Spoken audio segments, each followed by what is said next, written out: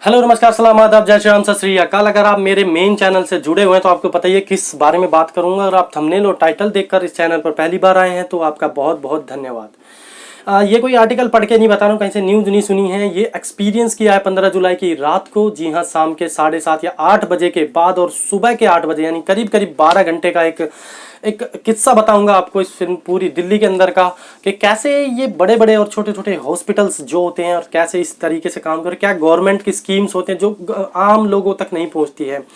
जैसे कि मैंने बताया, मेरा नाम रमित है और मैं बात कर रहा हूँ यहाँ पर एक ट्रेजेडी की जो कि मेरे साथ हुई थी 15 जुलाई को। जी हाँ, बात ऐसी होती है कि मेरे कज़न ब्रदर का एक्सीडेंट हो जाता है गाड़ी से कोहा टेंकलेव न्यू दिल्ली के अंदर। और ऐसा उसका कि भाई उसकी जो नसें होती हैं वो कट जाती हैं, टूट जाती हैं, और हाथ तो टूट ही गया उसका, ख़त्म ऑलमोस्ट हो गया है, एल्बो उसकी निकल कर बाहर आ जाती है। उस तरीके का गंभीर एक्सीडेंट उसका होता है। मेरे पास फ़ोन आता है, कुछ एरिया के लोग वहाँ पर उसको अम्बेडकर हॉस्पिटल में एडमिट करा देते हैं, जहाँ पर अम्बेडकर वाले उसकी जो प्राथमिक उपचार आप कह सकते हो कि पट्टी पुट्टी करके और भैया एक इंजेक्शन ठोक के कहते हैं कि हायर सेंटर पर रेफर कर रहे हैं, जैसे कि एम्स, आरएमएल यानी कि राम मनोहर लोहिया हॉस्पिटल या फिर सफदरजंग हॉस्पिटल। दिल्ली के 3 नामी गवर्नमेंट हॉस्पिटल हैं जो सबसे बड़े हैं। अब हम घबरा गए, मैं, मेरे चाचा का लड़का और जिसको चोट लगी थी वो, और मेरे चाचा, हम 4 लोग की गाड़ी में लेकर उसको गए। सबसे पहले एक रोहिणी सेक्टर 24 में हॉस्पिटल है जिसका नाम है वरदान क्लिनिक है, जो कि आपको पता ही है। मेरे पैर में भी चोट लगी, मैंने अपना ऑर्थो का इलाज वहाँ पर करवाया था। तो हमें तो बेसिकली यही पता था कि पहले इसके हाथ टूट गया तो अच्छा इलाज हो जाएगा, प्राइवेट में लग जाएंगे भैया 1-2 लाख रुपए, ठीक है, हो जाएगा काम। लेकिन जैसे ही हम वहाँ पर आए रात के 8, साढ़े 8, 9 बजे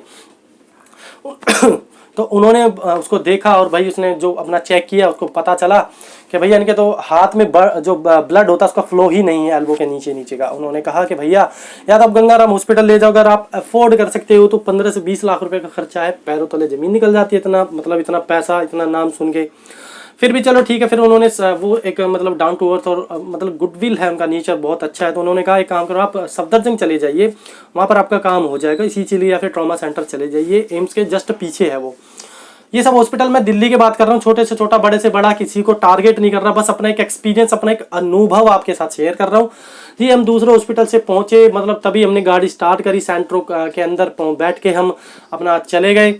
सफदरजंग पहुंचते हैं, वहाँ पर भाई देखो कोविड-19 की महामारी चल रही है, हमको पता हुआ है। लेकिन अगर कोई इस तरह का क्रिटिकल केस अगर आता है किसी पेशेंट का, किसी पब्लिक का, जो कि यहाँ पर गवर्नमेंट सरकार है, सेंट्रल गवर्नमेंट की बात करें या फिर हम बात करें केजरीवाल सरकार की, तो उन्हें अपने कुछ लोग हॉस्पिटल्स में तैनात करने चाहिए कि अगर देखिए कोविड-19 की सिचुएशन, अगर और कोई केस अगर आता है तो उसको क्या करने का है।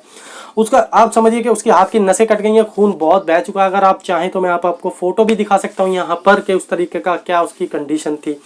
सफदरजंग पहुंचते, सफदरजंग जाने के बाद उन्होंने सीधे हाथ खड़े करे, एक पेन किलर भी नहीं है, वो दर्द में तड़प रहा था, करा रहा था। एक छोटा बच्चा 19 साल का, 20 साल का एक लड़का जिसके अंदर खून ऑलमोस्ट निकल चुका था, वो तो हिम्मत थी कि वो होश में खड़ा था। हम लोग वहाँ मास्क वास्क पहन के गए, उन्होंने सीधे हमें मना कर दिया। उनके जो डॉक्टर थे, भाई अब देखो नाम वाम पढ़ना तो हमें पता नहीं, क्योंकि यहाँ किसी को एक्सपोज नहीं कर रहे हैं, बस अपना एक दर्द सुना रहे हैं, एक एक्सपीरियंस कर रहे हैं कि कल को आप इन लोगों के भरोसे मत बैठिए कि गरीब तो होगा ना, वो रोड पे मर जाएगा, उसका हाथ कटना होगा वो कट जाएगा। उन्होंने हमको कहा कि यहाँ पर ओटी बंद है, यानी कि ऑपरेशन थिएटर बंद है सफदरजंग हॉस्पिटल में, आप कहीं और ले जाइए या फिर प्राइवेट हॉस्पिटल ले जाइए। एक डॉक्टर आया, पर्सनली बोल के गया, भाई साहब सरकारी में तो ऐसा ही है, आप प्राइवेट हॉस्पिटल ले जाइए। अब हमारे दिमाग से घूम गया भैया, हमने यूट्यूब पे सर्च किया, गूगल पे सर्च किया, सामने निकल कर आता हमारे रोहिणी सेक्टर 3 में, कहाँ एम्स और सफदरजंग, और कहाँ पे भैया रोहिणी सेक्टर 3, हमने जयपुर गोल्डन सर्च किया, हम वहाँ पर आए। अब उन्होंने एडमिट करने से मना कर दिया, कहा कि भाई ये तो हायर लेवल की बात है, हमारे बस की है ही नहीं, इनकी होनी है प्लास्टिक सर्जरी। हमने और सर्च किया, हम पहुंचे Maharaja Agrasen hospital private sector 22, वहाँ पर गए, same commitment, no ICU bed और no doctor, no surgeon available. हम और घबरा गए भाई साहब, बात तो क्या करेंगे, सामने हमने सरोज हॉस्पिटल गए, ये सेक्टर 8 में है, पीतमपुरा में, मधुबन चौक के पास, वहाँ पर गए। कोविड-19 से कंप्लीट सेंटर बनाकर इसको बंद कर दिया गया है। साथ ही साथ हम फ़ोन भी ले रहे थे, लोगों की हेल्प भी ले रहे थे फ़ोन पे। मैंने यूट्यूब कम्युनिटी पे पोस्ट डाला था अपने रमित राजपूत चैनल पर, जिसका लिंक नीचे पड़ा हुआ, जाकर चेक कर लीजिएगा कम्युनिटी पोस्ट। अब हम वहाँ से गए मैक्स हॉस्पिटल, सबसे बड़ा हॉस्पिटल दिल्ली के अंदर, कह सकते हैं मेरी नज़रों में सबसे चोर हॉस्पिटल मैक्स हॉस्पिटल है। तो मुझे लगा था यार पैसों के चक्कर में ये लोग एडमिट कर लेंगे, पैसे तो कहीं से अरेंज कर लेंगे यार, जो भी है कुछ भी करके पैसे तो अरेंज कर ही सकते हैं। हम मैक्स हॉस्पिटल पहुंचे जनाब, वहाँ पर हमें बिठाया गया बाहर, थोड़ा एंट्री दी गई हमको, मतलब कि हमें थोड़ा सा लगा कि हाँ भाई चलो यहाँ पर काम हो जाएगा, 2-4 लाख 5-7 लाख रुपए लगेंगे, अरेंज करेंगे, कहीं ना कहीं से करना पड़ता है, कर्जा लिया जाता है, कुछ भी करके किया जाएगा। अब भैया वहां पर पहले तो हमको सूद, फिर बोला गया थोड़ी देर बाद हमारी फॉर्मेलिटीज करके कि चोट कैसे लगी, ये कैसे हुआ, ये कैसे हुआ, सब करके मैं ही था वहां पर, मैं ही अकेला था, बाकी सब बाहर थे। तो उन्होंने छूट दी मेरे को। फिर थोड़ी देर बाद कहा कि आपको ना यहाँ पर नहीं लाना चाहिए था, आपको यहाँ पर तो लाखों में खर्चा आ जाएगा। मैं बहुत गुस्सा हो गया, मैं भाई कितने लाखों में खर्चा आ जाएगा जरा हमें बताइए।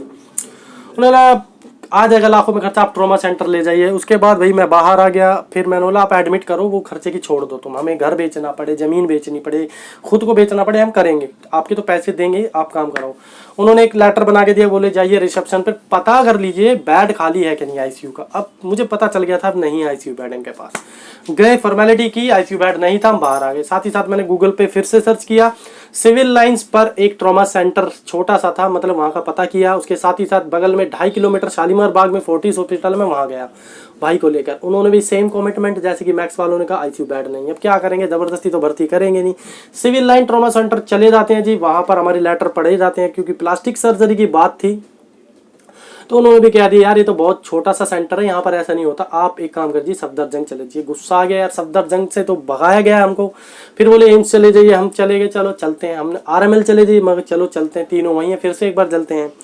अब भाई हम चले गए वहाँ से, आरएमएल चले गए, पहले गए हम सफदरजंग, वापस same commitment, same same same. हम एम्स चले गए, एम्स भी शटडाउन था, पूरा बंद था। अब आखिरी ऑप्शन था हमारे पास ट्रॉमा सेंटर आरएमएल, वो सॉरी राम मनोहर लोहिया हॉस्पिटल। करीब 2 से 2.5 के बीच हम वहाँ पहुँच चुके थे। हमने वहाँ पे अपनी सिचुएशन बताई। उन्होंने भी एक लेटर सा बनाया, कोविड का ज़्यादा खतरा था वहाँ पे, मैं देख रहा था कोविड के पेशेंट भी थे। अब हमें देखिए, हम 7-8 लोग थे, हमें भी कोविड का खतरा था, हम भी मास्क पहने हुए थे। पेशेंट हमारे साथ था जो क्रिटिकल था, सच बताइए, जिसका हाथ खत्म हो सकता था, जो मर भी सकता था, इस कंडीशन में था। उन्होंने भी एंट्री दी, भैया वार्ड में भर्ती कर दिया, एक इंजेक्शन लगाया, पता नहीं लगाया। उसके बाद वो दर्द में चिल्ला रहा था कंटिन्यूसली। एक 20 साल का लड़का इतना, मतलब सपोज कीजिए इस तरह के एक चीज़ उसके साथ हो रही है। हम सोच चुके थे यार जितना पैसा भी लग जाए कहीं से करेंगे, या फिर सरकारी में हो जाए, कैसा भी हो जाए, हम रोने को मजबूर यार। 25, 26 साल के लड़के हम, बहुत मतलब हमारे चाचा, इतनी उम्र हो गई है उनकी भी, वो सब परेशान हो रहे थे, बहुत रो रहे थे। पब्लिक के मतलब और भी लेडीज़ मतलब हमारे साथ फ़ोन पे कनेक्टेड थी, वो सब परेशान थे। अब क्या करते, तो वहाँ उन्होंने हमारी सुनी नहीं, बस ऐसे लिटा के रख दिया जैसे कि एक आम गवर्नमेंट हॉस्पिटल में होता है। साथ ही साथ हमें किसी भी चीज़ का पता नहीं था कि करें क्या करें। हमने सीधा 100 नंबर पे फ़ोन कर दिया कि कोई हमें सुन नहीं रहा है। उसके बाद 100 नंबर पुलिस आती है, वहाँ पर हमारा एडमिशन करा देती है। एक डॉक्टर जो आते हैं वो कहते हैं कि ठीक है चलिए हम बता देंगे, हमें सीनियर्स को बुला लेते हैं। उसके जस्ट पहले 2 लोगों ने हमसे कह दिया कि सफदरजंग ले जाओ, यहाँ पे होगा ही नहीं, क्योंकि आरएमएल ने कहा हमें सफदरजंग ले जाओ। मैं फिर कह रहा हूँ यहाँ पे किसी की नाम इसलिए ले रहा हूँ कि हमारे साथ हुआ है, कोई सबूत मांगोगे सबूत नहीं है, लेकिन उस दौरान के उन सभी हॉस्पिटल्स की आप कैमरा रिकॉर्डिंग देखोगे, आपको मिलेगा। एक पर्सनल एक्सपीरियंस है कि आप इन लोगों के उसमें मत आइएगा। जो भैया बंदा मरता है तो मरे, दिल्ली के अंदर तो ऐसा हुआ नहीं मेरे हिसाब से। अब उन्होंने कहा चलिए एक सर्जन आते हैं अपनी एक असिस्टेंट को लेकर, उन्होंने पूरी पट्टी वट्टी निकाल दी, घाव वाव। तो ये 2 फोटो मैंने साथ में लिए वहाँ पर ही, साथ ही साथ नस उनकी फड़क रही थी, खून निकल रहा था। उन्होंने देखा, करीब 2 से 3 घंटे वहाँ पर चेक ही करते रहे, वो एक इंजेक्शन नहीं लगाया, वो रोता रहा। एंड में अगले कहते हैं कि भैया सर्जन आएगा 3 बजे, यानी कि 15 की शाम की बात थी, 16 तारीख की सुबह हो गई है, 5 बज गए। वो कहते हैं आज शाम 4 बजे, लगभग 12 घंटे बाद हमारा एक और सर्जन आएगा, वो जाके सर्जरी करेगा, और ये ऑपरेशन होना चाहिए 6 घंटे के अंदर। हम घबरा गए, सीधे सीधे बंदा, भाई मेडिकल या डॉक्टर तो हम है नहीं। हमने कहा करिए इलाज, कह रहे सफदरजंग चले जाइए, मैं लिख रिटर्न में दीजिए, नहीं दिया जी। हमने फिर से 100 नंबर पे फ़ोन कर दिया, फ़ोन नंबर वाले आके हाथ जोड़ कर चले गए, कुछ भी नहीं बोला उन्होंने। ठीक है जी, अब हम पागल हो चुके थे। अब मेरे को गुस्सा आ गया, मैंने कह दिया यहीं इलाज करो। कह रहा हाथ कट जाएगा अगर लेट होगा तो, यहाँ पर सफदरजंग ले जाओ। मैं हाँ मतलब इतने इररिस्पॉन्सिबल कैसे हो सकते हो, यहाँ रहकर एक हॉस्पिटल में रहकर किसी का हाथ क्यों कट जाएगा। तो उन्होंने कहा भाई देखिए ऐसे ऐसे ऐसे होता है, ऐसे ऐसे ऐसे होता है, और ऐसे ऐसे होता है, बस बोलते समझाते कि हम सुन लिया। फिर भैया बज गए 6:30, 6 बज गए, हम बहुत परेशान हुए। अब हमने क्या कहा, जहाँ हम सबसे पहले ले गए थे ऑर्थो के हॉस्पिटल, वहाँ जिनका नाम हमने बताया आपको, श्री भागवत शर्मा, उनको फ़ोन किया कि ये तो कुछ भी नहीं कर रहे हैं, तो हमको भगा दिया, हॉस्पिटल से निकाल दिया। तो कह रहे बेटा एक काम करो, आप ले आओ, देखी जाएगी, हम अरेंज कर लेंगे। वो प्राइवेट क्लिनिक है, हम उनके पास ले गए, उन्होंने कोई प्राइवेट सर्जन किया। अब जो भी किया उन्होंने, अच्छा हमारे लिए तो भगवान का है भाई, उन्होंने किया, प्राइवेट सर्जन अरेंज करके उनका ऑपरेशन अभी हो गया भाई का, वो घर आ चुका है, बहुत अच्छा। तो कहने का मतलब ये है, फिर कोई फरिश्ते स्कीम भी है दिल्ली की, उसके अंतर्गत भी इलाज हो सकता है। तो किसी ने मेरे को कहा था कि ये जो गवर्नमेंट और ये प्राइवेट हॉस्पिटल जिन्होंने, बड़े बड़े हॉस्पिटल ने जिनको आप पैसे भी दे रहे थे, उन्होंने क्यों नहीं लिया हो, क्योंकि हॉस्पिटल ये साथ सोचते हैं कि केजरीवाल जी की एक स्कीम है, रोड पर एक्सीडेंट हुआ है जो कि एक फरिश्ते स्कीम वाला है, इसके डर से वो कह देते हैं कि हमारे पास आईसीयू बेड ही नहीं है। अब या तो स्कीम मत बनाइए या अपने लोग बिठाइए गवर्नमेंट में, इस हॉस्पिटल में जाकर देखिए कि अगर ओटी बंद है सभी हॉस्पिटल्स में तो बंदा मर जाए, रोड पे पड़ा। चलिए ये तो हम हैं कि भाई 2-4 लाख रुपए तक का हम अफोर्ड कर पा रहे थे। अगर कुछ लोग ऐसे भी होते हैं lower class, lower middle class, जिनको यार एक इंजेक्शन तक के पैसे नहीं होते, जो डिपेंडेड रहते हैं सरकारी हॉस्पिटल पे, उनका क्या होगा? मरने के लिए छोड़ दोगे? मैं लगातार बोले जा रहा हूँ किसी कट के बिना उसके। अब मैं कहना कुछ नहीं चाहता, कहने का मतलब ये है किसी से कोई ना लठ मारने है, ना किसी से कुछ मुआवजे की डिमांड करनी है। ये एक पर्सनल एक्सपीरियंस है जिसके और भी शेयर्स होते हैं, आप अपना कमेंट कर सकते हो। और वीडियो को शेयर जरूर करना हर सिंगल बंदे के साथ कि दिल्ली के जो 10 से 12 हॉस्पिटल्स, छोटे से लेकर बड़ा, गवर्नमेंट से लेकर प्राइवेट तक, कोई भी मतलब हेल्प करने के लिए आगे नहीं आता है। अगर हम एक हड्डी का ऑपरेशन जो कि हमारे उससे रिलेशन नहीं होते तो वो नहीं होता, शायद वो बचता भी नहीं, पैसा भी दरा का दरा रह जाता, आदमी भी नहीं। अगर हमारे पास करोड़ों अरबों रुपया नहीं है तो हमारा इलाज नहीं हो सकता। हम लंदन अमेरिका नहीं जा सकते तो हमारा इलाज नहीं हो सकता।